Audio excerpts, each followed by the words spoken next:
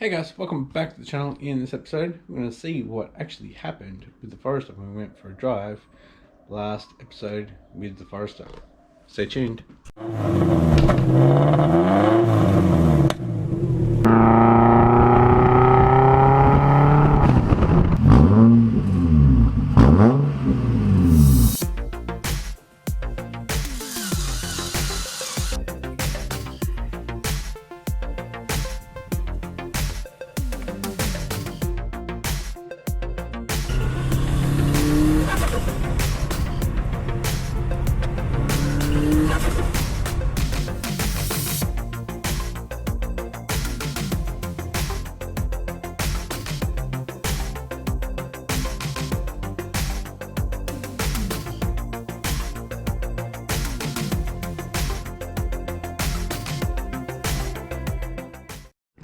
Alrighty guys, so a couple of episodes ago, I went for a drive and we got it up to about 4,000 RPM and it just cut out.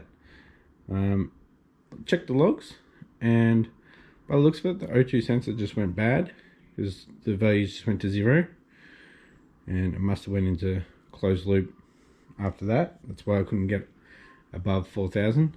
So let's see if it threw any codes and we'll go from there. Alright guys, so after that drive I didn't actually disconnect the battery, so everything should still be good. The gauges will be loud, so I'll turn them off and then I'll come back. Alright, gauges are off, pump is off. Let's see what our oil pressure was up to. Yeah, 120, cool. Water temp got up to 88 by this gauge, but by the ECU it was more than that, I believe, and oil temp doesn't work. Thoughts, guys, on changing this? I did make this myself. Took a mold of the SDI navigation, I think it was navigation, and yeah, I just made a fiberglass copy of it. Just sits in there. Boost, let's see what overall boost got to. 10, and GT35 got to 2.5.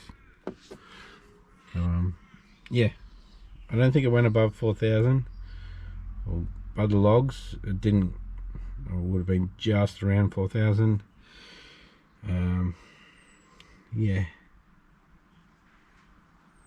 so we'll get into the Samsung and we'll see. So when I did the previous log, I actually forgot to clear the log, so I had both logs in there. So I'll clear it now. But let's look at faults.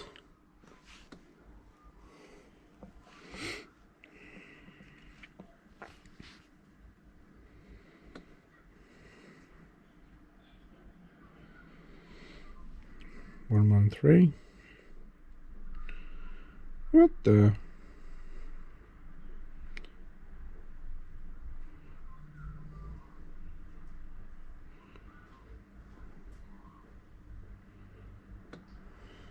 Shoe control limited reach. Swirl control valve control solenoid. There's no. What did I just do? Look up. Yes, I'm not on the internet. Sorry guys.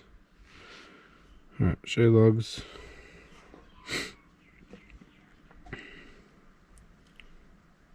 Come on. So 113 was that one. I'll look that up on my iPhone. This is O2 sensor circuit slow. Respond in 8 rich control range. Bank 1, sensor 1. It says BMW though. So I'll go back to where they're both there and I'll look it up on my iPhone.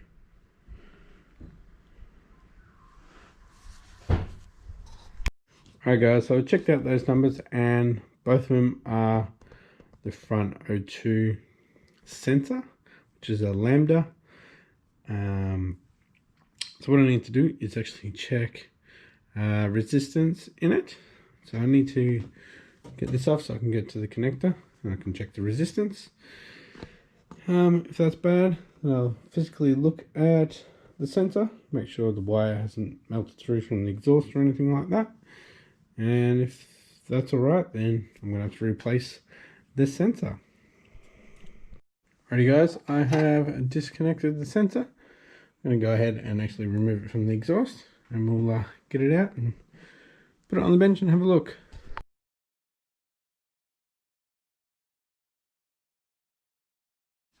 Alright, we've got the sensor out. This clip is actually melted, which is not a good sign. Don't know if it's from now or before. These wires aren't looking too good. There's a bit of oil in there too, I think. But yeah, look at that black one. So let's actually work out what these colours are, what they actually do. Heater, sensor, and earth. So yeah. Alrighty guys, I didn't test it. It's a 20-year-old sensor by the look of it. I'm just going to order a new one. So by the time you're watching this, I've purchased it. So it should be here shortly, maybe for next episode, hopefully next week maybe. Yeah, it's about 240 bucks. So, and I'll be changing the location to probably 12 inches to 13 inches up to the head. So I'll be changing it. It is a front oxygen sensor for a Subaru, so I'll be changing it to about here. So we got the length there and there to about there. But obviously on the opposite side, it'll be pointing up. So yeah, I'll show you where the location on the original one is if you don't know. Alright, so this is the right hand side of the head. It comes around, and you've got the crossover pipe from here, and you've got the O2 sensor here, front lambda O2 sensor, and you got the up pipe. So a little bit further away, but I'm not going to go put it all the way up here. I do have so much more piping. Yeah, it does have a heater element in it, so it does heat it up itself. But yeah, roughly keep it the same length away. It could also be why the gauge isn't reading correctly as well, because that was going out and fuels were wrong. So I'll just leave that there. That air fuel ratio for my gauge, I'll leave that there. And hopefully it corrects itself after the new one goes in. I need to learn a little bit, so to go for a few little drives. Yeah, that's a bit melted and coming apart. So replace that sucker with a genuine Denso. So yeah, fun and games. So it's currently Sunday now, and this video will be coming out on Thursday, right? Thursday or Saturday actually. So we should have some parts by the time this video comes out. I might even put it in next clip of what we've actually got. Oh yeah, what just turned up. We can get to tuning. Computer wise, haven't got a laptop yet. I do have a MacBook Pro. So what I might do is check that out and see if I can actually install Windows. And it doesn't need to be plugged in all the time. The battery's shot on it, so I could do it all in here with it plugged in still, I guess, and just go through stuff. I won't be able to log it. I'll be able to log it while it's running here, but not out on the road. So I might do that for now, and I'll get a laptop on the way and I can log it while I'm driving with the new laptop. But yeah, it's pretty cool. It's got all the attachments for it, so if I upgrade to a newer Subaru, or I guess I could use it for Mitsubishi as well, and Mustangs I think, but yeah, could also tune them. So yeah, that'll be coming up in an upcoming video.